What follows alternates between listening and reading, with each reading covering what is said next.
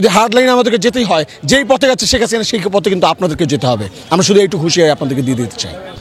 6 দিন যাবত, প্রায় 1 সপ্তাহ যাবতই আমরা এই আন্দোলন সংগ্রাম চালিয়ে যাচ্ছি।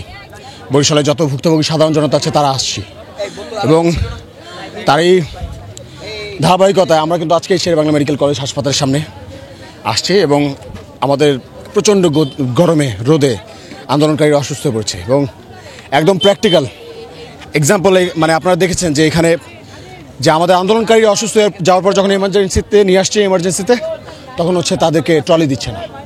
হ্যাঁ, ট্রলি লুকায় ফেলছে। এখন টাকা ছাড়া ট্রলি দিচ্ছে না। মানুষজন অভিযোগ জানাচ্ছে 400-500 টাকা ট্রলি দিতে হবে, নাহলে ট্রলি দিবে না। এই যে একটা সিন্ডিকেট করে রাখা, দুর্নীতির আখড়া করে রাখা, আমরা এই সমস্যার সমাধানটাই চাচ্ছি। এটা একটা হাসপাতাল, একটা কসাইখানা না। এখানে পর্যাপ্ত পরিমাণ ডাক্তার নাই, পর্যাপ্ত পরিমাণ সহকারী অধ্যাপক নাই, নার্স নাই, স্টাফ নাই, যথেষ্ট পরিমাণ যন্ত্রপাতি নাই।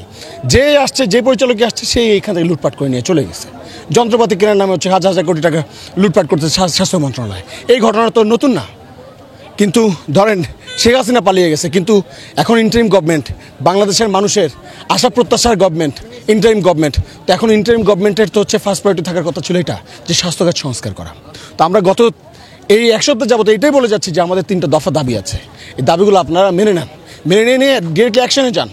এই মুহূর্তে আমাদের যেটা দরকার সেটা হচ্ছে স্বাস্থ্যখাত সংস্কার। এটা বিশেষ গুরুত্বপূর্ণ।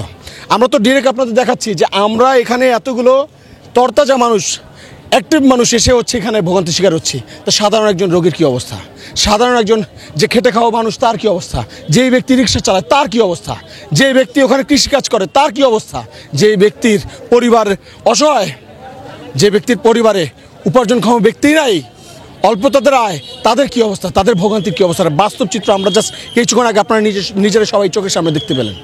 তো আমরা চাচ্ছি অতি দ্রুত এই ভোগান্তির অবসানটা হোক।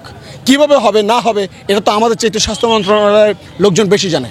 তারা তো আরও বিচক্ষণ মানুষ, তারা পড়াশোনা করা শিক্ষিত মানুষজন, তারা আরও বেশি জানে। তো তাদেরকে আমরা বলতে চাই অতি দ্রুত আপনারা এদিকে ফোকাস দিন, নয়তো যদি ছাত্র জনতা খেপে যায়। আজকে তো এখন জাস্ট এখানে সবাই এসেছি, এক হয়েছি, আমরা শান্তিপূর্ণভাবে অবস্থান করছি। আমাদেরকে কেউ হার্ড লাইনে যেতে বাধ্য করেন না। যদি হার্ড লাইনে আমাদেরকে যেতেই হয়, যেই পথে যাচ্ছে শেখ হাসিনা সেই পথে কিন্তু আপনাদেরকে যেতে হবে। আমরা শুধু একটু খুশি হয়ে আপনাদেরকে দিয়ে দিতে চাই। আমাদের দাবিগুলো খুবই স্পেসিফিক। 1, শেরেবাংলা মেডিকেল কলেজ হাসপাতাল সহ বাংলাদেশের সকল সরকারি হাসপাতালের অবকাঠামোগত উন্নয়ন, পর্যাপ্ত দক্ষ জনবল নিয়োগ, আধুনিক যন্ত্রপাতি ও ওষুধ সরবরাহ সহ সর্বসাধারণের জন্য সুচিকিৎসা নিশ্চিত করতে হবে। 2, স্বাস্থ্য মন্ত্রণালয় সহ দেশের সকল হাসপাতালগুলোতে দুর্নীতি প্রতিরোধে প্রশাসনিক দক্ষতা বৃদ্ধি, দলীয় লেজুর ভিত্তিক ডাক্তার রাজনীতি নিষিদ্ধ, ডিজিটাল অটোমেশন এবং স্বচ্ছ জবাবদিহিতামূলক টাস্কফোর্স গঠন করতে হবে। 3, স্বাস্থ্যখাত সংস্কার কমিশনকে জনগণের ভোগান্তির কথা শুনে তদন্ত সাপেক্ষে পুনরায় সুপারিশ, সিদ্ধান্ত গ্রহণ ও বাস্তবায়নে জোরদার পদক্ষেপ গ্রহণ করতে হবে।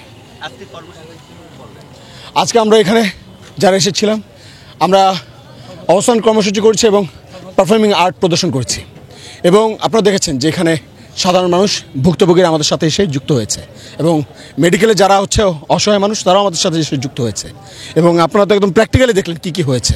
তো আমরা অতি দ্রুত, আমরা আশাবাদী, এই যেহেতু জনগণ মনে করে ইন্টারিম গভর্নমেন্ট জনগণের সরকার, অতি দ্রুত এই স্বাস্থ্যখাত সংস্কার তারা করবে এবং জনগণকে এই ভোগান্তি, হয়রানি থেকে মুক্ত করবে।